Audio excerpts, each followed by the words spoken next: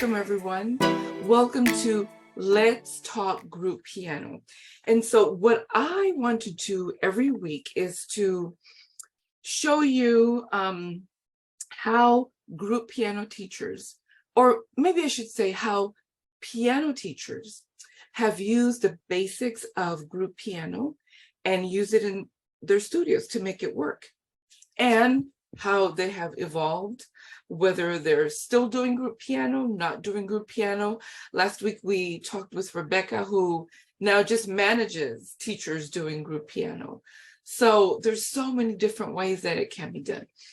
I'm going to call you my good friend, okay, even though we're only online, but Takenya's here and I know you're going to love her. So I can't do a good introduction for you because there's so much about you, Takenya. So you go ahead and introduce yourself and start with telling us some personal stuff that you would like us to know about you. Go ahead. Okay, so I think I'll start with the lesser known things about me. My background is a little bit different. It is. Yes, I was an elementary music teacher for 14 years. Wow. Wow. That's awesome. Before I resigned and opened up. Yeah. Like regular classroom? Me versus 800 students, K through 5, no assistant. Oh, for music? For music. I had the whole school. Oh my goodness. And every day I would see K through 5. So that meant that I had choir. That meant that I had monthly performances per grade level. That meant that, I had to bow to the whims of the administration. And, that's why I teach for myself. So that's one way to learn what you want to do, right? Absolutely. Was that in Dallas? That was in Dallas. I taught at Ronald McNair Elementary School. And some of the things that I did there, those students are still impacted and they find me. That is awesome. I love it. Yeah. Now, Kenya, I've seen pictures of you with a gun. Yes. Tell me about that part. Pew pew up in here. I love shooting, y'all. Okay. I have not. I'm a veteran. I was in the Army Reserves for 10 years. So this is while I'm concurrently serving as an elementary music teacher. I was going pew pew. So I've been trained to do certain things that less than 3% of the nation does. Wow. And so that meant that I would go places and do things that people wouldn't normally do in their everyday. Right. I don't know if you can imagine living bathroom free for like a week at a time. No, I don't even want to imagine that. or there's no, I'll just take a shower and decompress. It's baby wipes for the win. Wow. And okay. And then you're married with children. I am. Married with a lot of kids. Man, I have 3 kids who came through me and 3 kids who came to me when I remarried. So there's 3 boys, 3 girls. Wow. And then you're not teaching in the school system, but what made you decide to go out on your own then? Well, yeah, you said part of it already, working for somebody else. What led me to decide to do something different was I was pregnant with my 3rd kid. And, with the first kid, with the first kid, it was a C-section. It's like getting hit by an 18-wheeler. Okay. Second kid, another C-section. At least I knew the 18-wheeler was coming.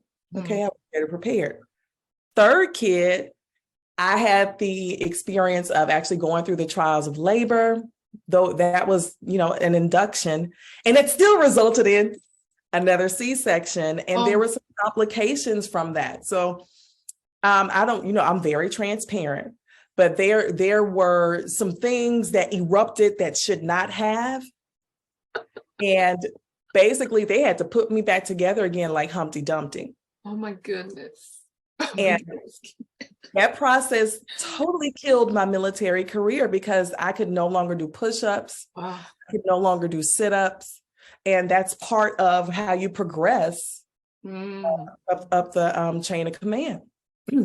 Excuse me. And that was real hard to deal with. Your body wasn't doing the things that it could do before.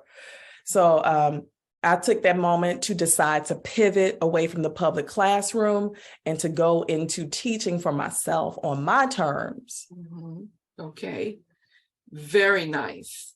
So did you automatically go into group piano when you started teaching for yourself? You know, you would think that would be the natural progression because here I was sitting in front of 30, 40, 50 kids at a time every 45 to 50 minutes and making it flow like a river. And when I went to teaching private music for myself, I was doing one at a time. One at a time. I was like, wait a minute. I'm like, it's cool. It's all right. It's all right. But then those one at a times began to be, I couldn't handle it. The deluge. It was too many one at a time. Right. And I talked with you, and it's like, duh, Takenya, duh, girl, you've been doing it already. Take the same things you know from the classroom environment and then apply it to a group piano setting, and things just, woo, let me tell you, their revenue said how to do. Yes, yes. So good. Now, how would that with your schedule? Did it make your schedule give you more time to do other things? Absolutely. It allowed me to be present for my kids' things that they had going on, because before I was like, no, I can't come see you at the PTA thing where you guys are singing Christmas tunes, or mommy can't come see you get this award for all the amazing. I was like, wasn't about that life no more. Something had to change and I had to decide. So it was group piano lessons that led me to be able to be more available to my kids. Yes, mommy can pick you up when you finish theater practice. Yes, I'll be there when basketball practice is over. So I loved that recapturing of my family for me. Yeah, awesome. Was there anything in particular with the methods that you use, or did you adapt what you were already doing in private to the group?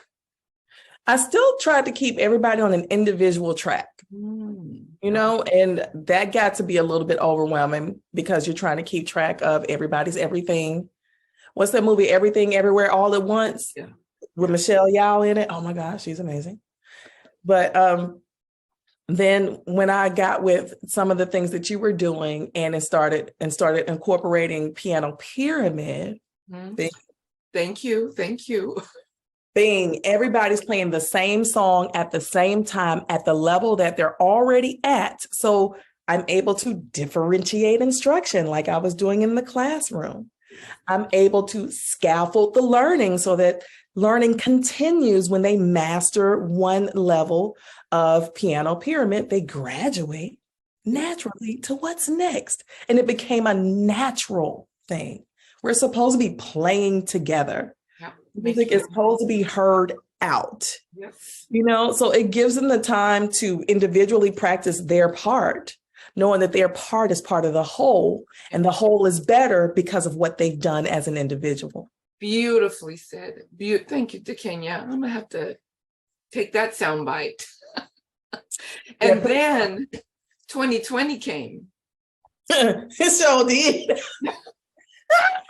Tell us what you did for 2020. Okay, so contrary to popular belief, I'm really an introvert. We would never know that. I love being able to just go within.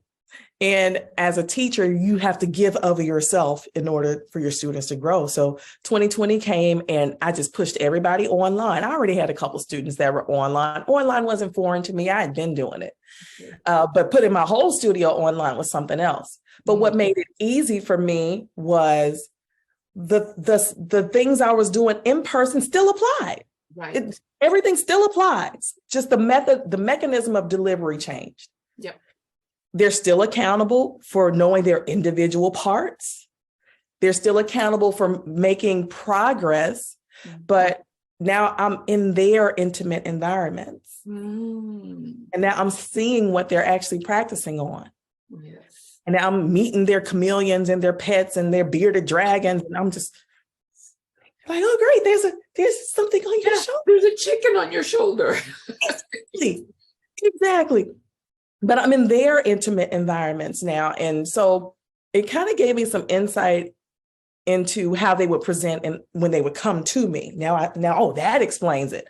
They're practicing on something that doesn't have weighted keys, or they're practicing on something that's really designed for music production because that's what they have, or they don't have anything to practice on and they have been using a paper fold out. Oh no. And then would come in here and knock it out the park. Amazing. So I'm saying that to remind some of our peers not to reject a student because of what they don't have. Yeah. Because to me, the most important thing is, do they have the desire and the drive? We can work on everything else. Yes. Yes. Because so many of us have students that don't have that drive or the will, but they have a beautiful instrument at home. And they're basically unteachable because they don't have that drive. Yeah. So you moved everyone online. Now that, well, in Texas, it's like before everybody else, it was open.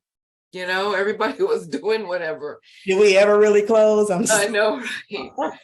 So did you did you continue online? Did you have some come in? How did you handle that part of it? I continued online for quite some time, like a lot of the time, because being online fed my introvert to the point that I created a monster. And I lacked the ability to properly interact with people in person. Told you, I will be transparent. And so that human connection was missing. So that's how I feel like the pandemic affected me. I lost the will and the ability to really intricately interact with people in person. Because now I feel like, I always felt like I word vomit when I see somebody in person. No big deal. That's just me. But now it's like, I'm gonna have to talk to them. And listen, and then respond appropriately. So it fed them, it created a monster. I was like, ooh, I'm gonna have to change that. So I had to decide to allow certain students to come in. Like some of my voice students, they started coming in person. But for the most part, I still kept all my piano students online because my groups, they were a casualty of the pandemic. My group lessons fell away. And So are you still doing groups now? Not as much as I would like. Okay. So I would teach group choir online. Yeah, group choir online. Wow. And I would have the students use like some online software that's accessible regardless of Android or Apple devices. I would have them record their part and then I would come back and put it back together as a whole. But we would practice all together at the same time. Oh. Wow. Yeah. I still have group voice. The group piano has. Okay. Yeah. Well, and I was watching you online. I was thinking that you were doing less group because of all the other endeavors that I see you doing. And you keep saying that word, decide. Tell us more about that. Decide is my action word for the year, because when you decide, things happen. Okay. So I had to decide to do something with all this time that had opened up in my schedule that actually allowed me to do the things that still light me up, still bring me joy, still like make me get hyped. which is music production. I love writing music. I love singing for other people. I love making things that don't exist until I create them. I love doing that. And it got to feed that. That led to me writing music for other people. So I wrote my bookkeeper's theme music for his podcast. I wrote the theme music for a couple other different entrepreneurs. And I was like, oh, like they like it. Mm. I can make monies. And I bet it's very natural for you to do that. It is. I love to do it. It's the flow of the idea and then taking it from here to here to something tangible and deliverable. And people exchange money for that service. Yes, yes. That is really awesome. Really awesome. So with your deciding to do things in music that feed you, are you still coaching? Is that another thing that you're still doing? Because I know you coach teachers. What about your training of teachers to use the technology for online lessons? Are you still doing that also? I'm still doing that coaching, and that's been happening on a one-on-one basis, but I would like to move from one-to-one to that group. Yes, y'all, groups for the win. Groups for the win. And I can still customize the learning for the learner. Right. So I'm moving to a group application of that. That's my Key of Easy program. And I'm gonna launch in a couple months. So there's gonna be a cohort coming soon. Stay tuned. All right. So that's one way that teachers can work with you. It's not directly related to group piano, which is what we talk about here, but Takenya has experience as the group piano teacher, group music teacher, and she has so much value in other ways that you can work with her. So your coaching, now your coaching is your keys of easy or ease? Key of Easy. Yeah, you got it. Key of Easy.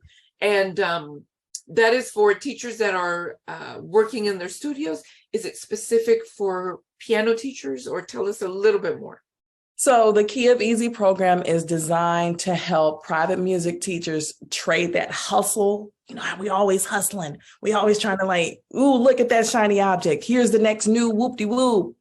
Trading that hustle for more harmony, not only in their business, but in their lives. Because what I have found for me personally is that when I lean into the things that bring me the most joy, the money naturally follows. Right. And that doesn't necessarily mean that I'm having to conform and stick to and do things by the book per se. I'm doing the things that serve me on a soul level. And when I see other private music teachers find their way to do that, oh man, they're firing on all cylinders. Shout out to Brandy. Oh my gosh, Brandy has made such a turn. Like the people I have mentored are now like book publishers. They are building businesses. It's not a hobby. It's not a side job. They are supporting their families. They are happier. They are confident. They are leaders. Wow. That's really good. Yes, I'm glad you brought up Brandy. Brandy, we hope you get to watch this because, yeah, I've been watching her and it's been a great transformation. Just beautiful. So a little birdie told me that you're going to Puerto Rico. Sí, se puede. Ya me voy. Ya me voy. Ya te vas. So does this trip, does it have something to do with your deciding to do things differently this year? It absolutely has everything to do with me deciding because, you know, I'm a mom, I'm a wife, I'm a teacher. Where's me? Where am I doing something for me? This is for me. It's not that I'm going to bask on the beach because I will. Yes, you will. Yes, I will. Gonna come back sun-kissed in a couple of weeks. You're gonna see me. It's that I'm gonna be surrounded by other entrepreneurs, because what we do as private music teachers, it is a business. It Yes. absolutely is a business. And until we start seeing it that way, nobody else will. Right. So I'm going to go sit under the tutelage of other entrepreneurs. They're not private music teachers, but what they know applies to what we're doing. Definitely. Money, marketing, mindset, $1 million ideas. Why can't we have $1 million music studios? Yeah. Why can't we? Yeah, we can. But Watch. you know what? I'm gonna be watching you. We all went to uh, music school. They don't teach us any of that there. We know all the technical stuff. We know all the people from way long time ago, and we're not raising the new generation of musicians to be entrepreneurs, because most likely you're going to have to be an entrepreneur to be able to continue in this line of work. And so what you're doing is amazing, offering teachers that probably have already established their studios, and then they figure out, wait a minute, there's something missing. But what are we going to do about that new generation of music teachers that are coming up? That new generation has to know, number one, what we provide is of value, not only to us just because we like it, but when we are sharing music, this literally uplifts humanity. Uplifts humanity. What has the power to do that? Right. The way we lead others to love music, the way we lead them to enjoy it for a lifetime, not just like once a week on Tuesdays at 5:00. It's everywhere. It's lifetime. Yes. It's everywhere. And it's up to us to make sure we have the business component as musicians.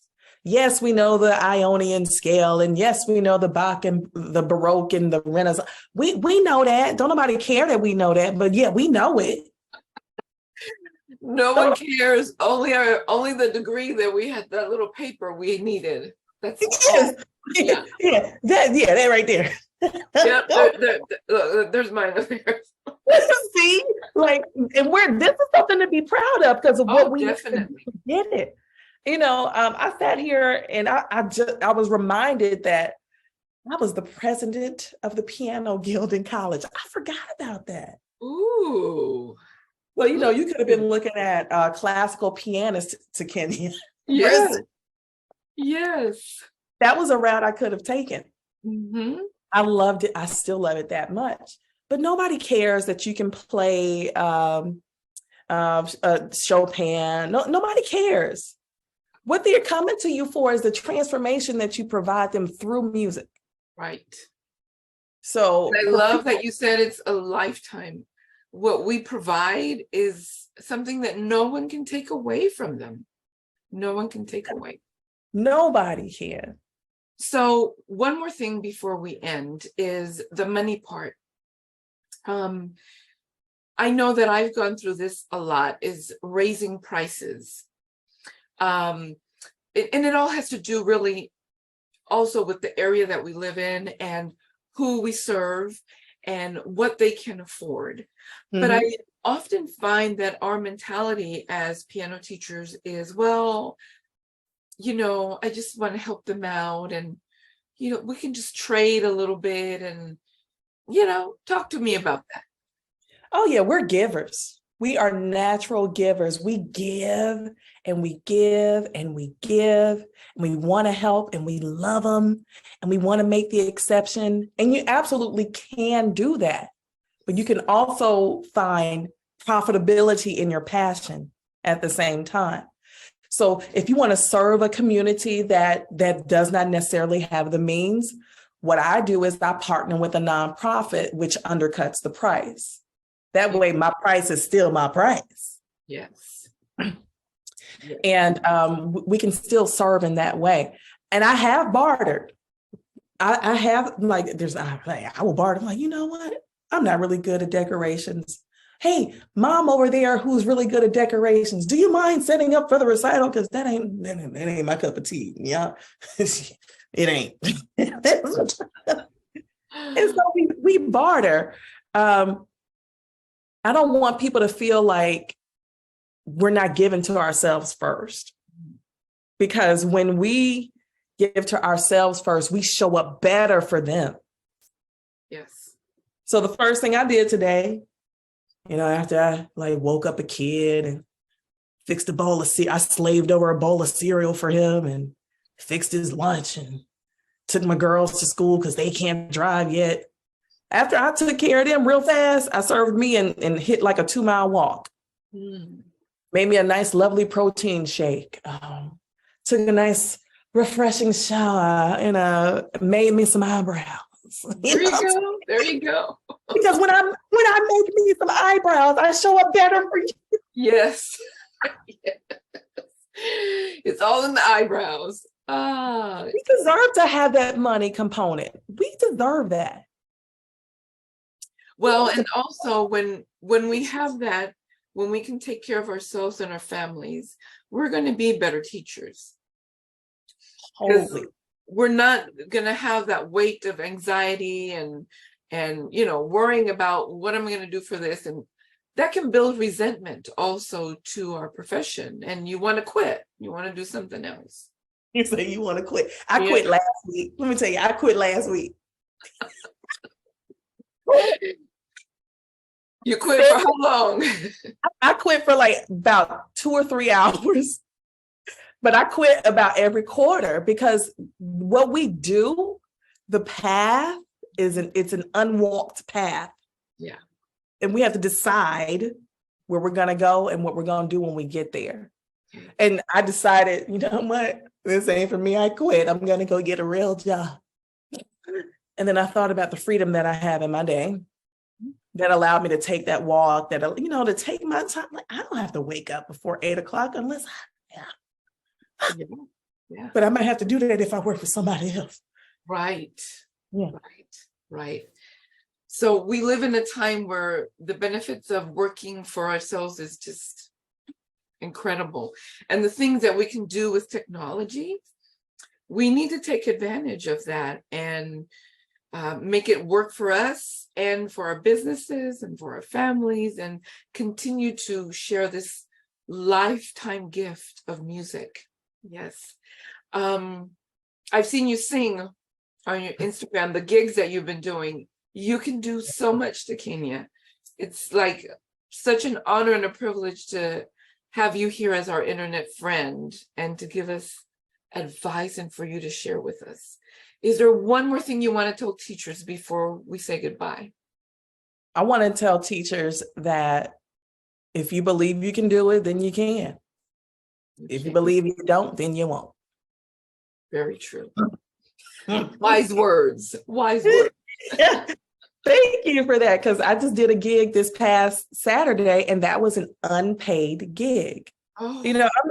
I'm not saying don't take the unpaid gig, because let me tell you what came out of that unpaid gig, okay? Here with us. First of all, the tip jar. The tip jar was tipping, okay? And what other things came out of that is I made 3 contacts for more things that are paid. So yes, I was paid with exposure, but it was seeing the joy on people's faces as they were dancing around with their kids to the music I was singing and playing. Beautiful. Somebody emailed me a contract this morning. It's happening. There you go. Happening. So it's not always like, oh, I won't do it for free. Well, but you decided what would be the benefit of doing this. It's not like you do that all the time. Yeah, because I don't. Okay.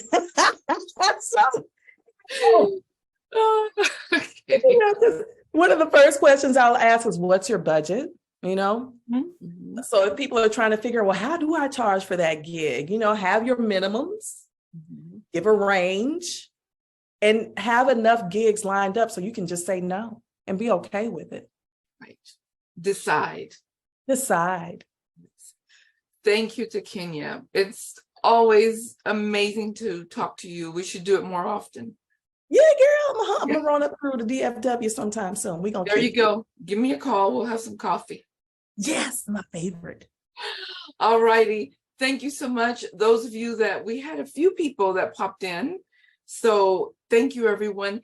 Takenya, if you get a chance in the comments, put the links for your course and your everything. Yeah. So that we can know how to find you. All righty. Absolutely, Dorla. Always a pleasure. All righty. Bye-bye. Bye, y'all.